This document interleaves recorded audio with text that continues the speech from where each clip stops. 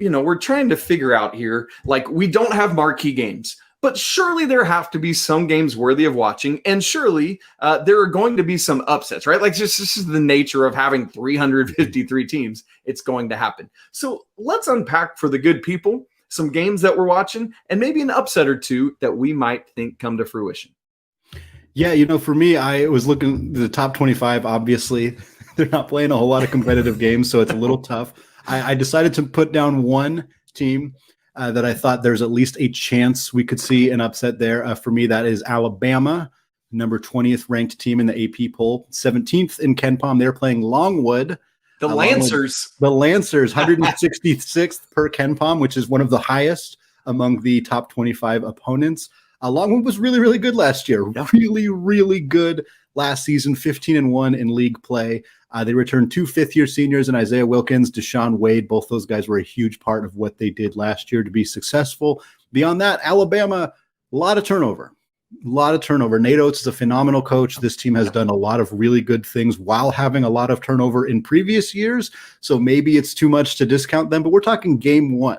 This Alabama team is going to be really, really good in March, but are they going to be really, really good on November 7th?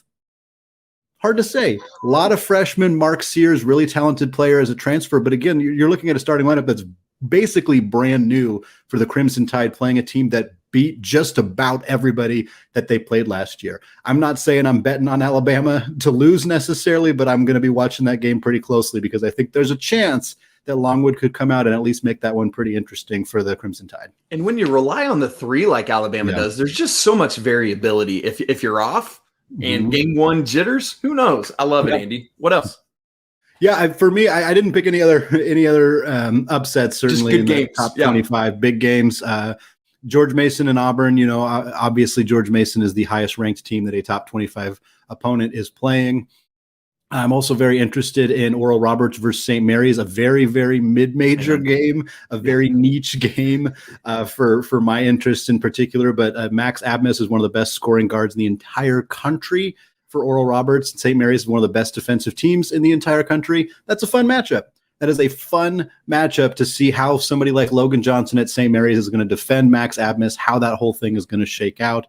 And then, of course, you have Memphis and Vanderbilt, which is one of the more exciting in terms of just two marquee opponents playing each other. Obviously, it's a Power 5 program versus a really, really good program in Memphis. It's also going to be a close game. It's going to be a tight game, I think. It's going to be a really interesting one to see how that shakes out for Penny Hardaway and his squad against Vanderbilt. Yeah, I'm with you. I love watching Max Abmas there from Oral Roberts, clearly one of the leading candidates for potentially leading the nation in scoring, just a little diminutive guy, always fun. And obviously Oral Roberts only really comes up when they're playing in the tournament. So hopefully we can get some eyes on them against St. Mary's for those who love a good mid-major matchup. I'm right there with you on, you talked about Auburn and George Mason. That is my top 25 pick for a potential upset. As you said, George Mason, top ranked team that these AP top 25 teams are playing.